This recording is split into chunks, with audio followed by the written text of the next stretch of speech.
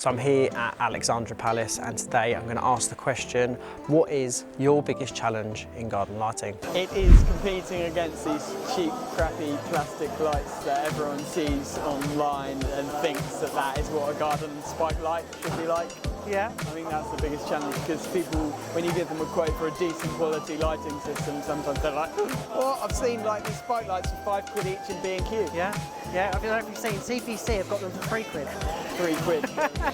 That's the biggest challenge. The biggest challenge in garden lighting as a contractor and designer has got to be selling the products. And when I say selling the products, it's got to be the difference between, trying to get to the end user, the end client, or even the designer, the difference between one of your fittings or a Hudson lighting fitting or any other high-end fitting versus a much cheaper. We all know there's cheaper alternatives out there, but what is the difference? Whether that's the end result of the actual fitting, the end result of the light, or overall cost. But it's trying to show the difference and the reason why it's worth going the extra mile with those sort of things, in my opinion. What is your biggest challenge in garden lighting?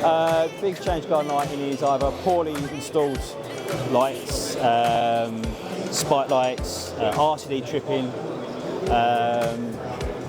It's got to be RCD trips. You go back to original install by another contractor, either poorly installed.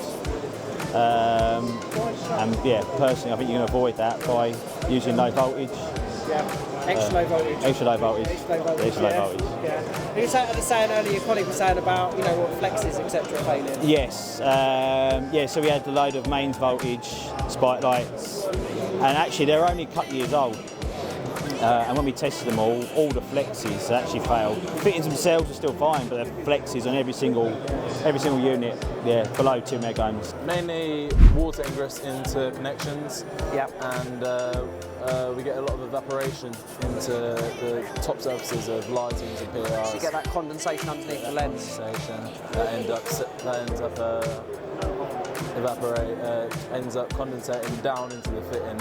Yeah, that causes the fitting to fail. Causes the fitting to fault. Biggest challenge is, so when I come to installing garden lights, usually it's getting the spikes into the ground. It's a real pain in the arse, they snap, they break.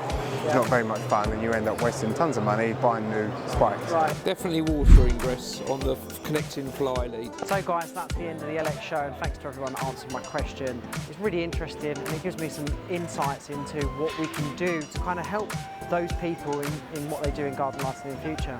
See you later.